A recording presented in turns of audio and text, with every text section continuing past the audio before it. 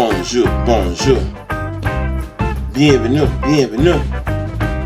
Like, subscribe, and share if you know what's good for you.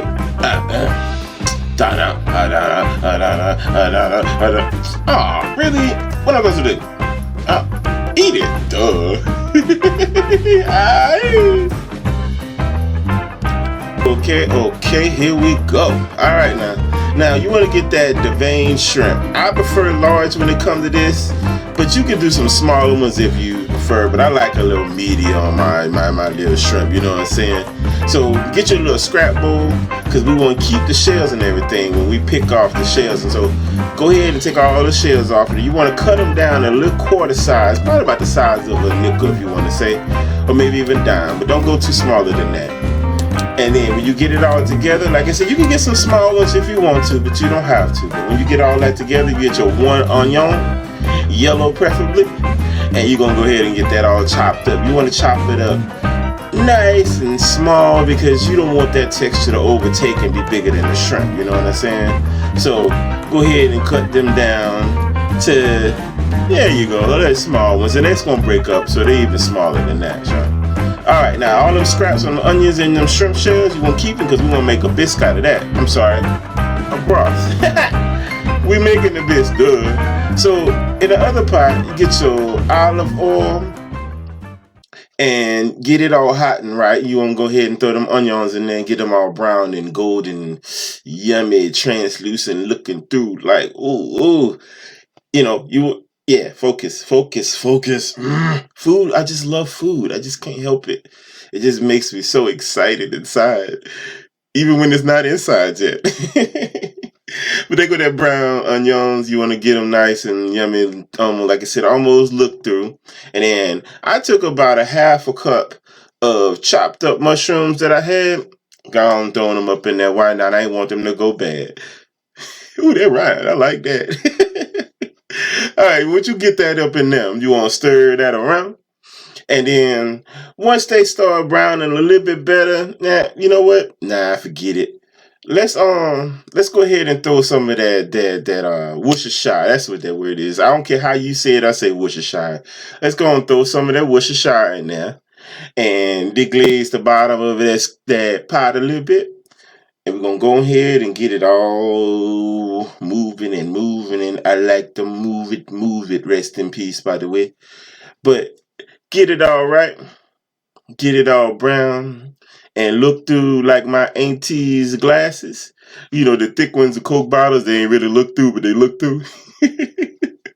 Hey, get that all right. So now, when you get that good, you're going to add about a pint of that heavy cream. If you prefer to use, I say like some half and half, then you can go a little bit more in there. But I use heavy cream because I'm adding the broth. So there go my liquids. I don't want to overwater it or anything like that, you know.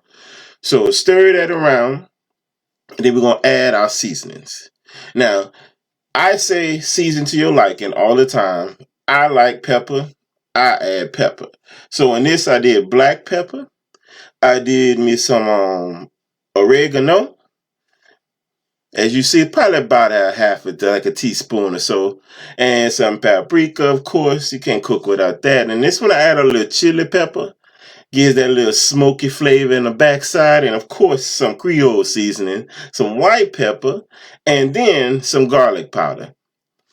Again, like I said, it's going to be lovely levels of this. And then just for a little color, I add a little turmeric. And for that nice earthy, yummy, yum, I add some of that rosemary. Not much because you don't want it to overtake the soup. Now, go and add your broth. You see the shells turned all yellow and orange, just like, you know, that's when you know it's ready. You're going to add that broth. It's about 4 cups of water. So you add all that up in there and you want to stir it around real good like. Oh, it's coming together, baby. I promise you. It's going to be so good. Ooh. Okay. Now, you want to let this go. Oh, the bouillon, chicken bouillon. You want to add one of them. Now, add a couple of dashes of hot sauce. And not one dollop. No. 2 2 dollops of sour cream, baby. It just gives it that smoothness on the back end. And then, you know what? Add one more of them bouillons. I think I didn't read my recipe right. And then add a tablespoon of lime juice. And I went ahead and chopped up some cilantro. That cilantro gonna give it a nice bright flavor on the front end. Oh my goodness. And then I chopped up a little mint too, just to help with that sweetness carry over through that shrimp. Oh my Lord. It was so it's just it's such a melody. It's like a nice harmony. Oh, like, okay, I'm not about to sing. I can't sing that good. I'm not about to do that to y'all know. But you get my point. It's a nice harmony, like some boys to men. You know what I'm saying, Sean. All right. Now, once you go and do all that, you let that go for another 20 minutes. And I went ahead and made me like a old peanut butter roux just to give it a little thickness, a little yum. I say that's pretty much that glue all of it together, Sean. And then when you get that to that peanut butter color like that, you want to stir that in with your shrimp. Put that top on there and let it go for another 20 minutes, on a low simmer. And then when you come back to it, baby, when you come back to it, my goodness. Now, you don't ever want to just leave it. You want to go back and check it every once in a while. But, boy, you come back to it and you get ready to pour that in that bowl. Oh, Lord. Now, see, I just went ahead and blackened a couple of shrimps that I had left over and had a little toast, too. It made it do what it do.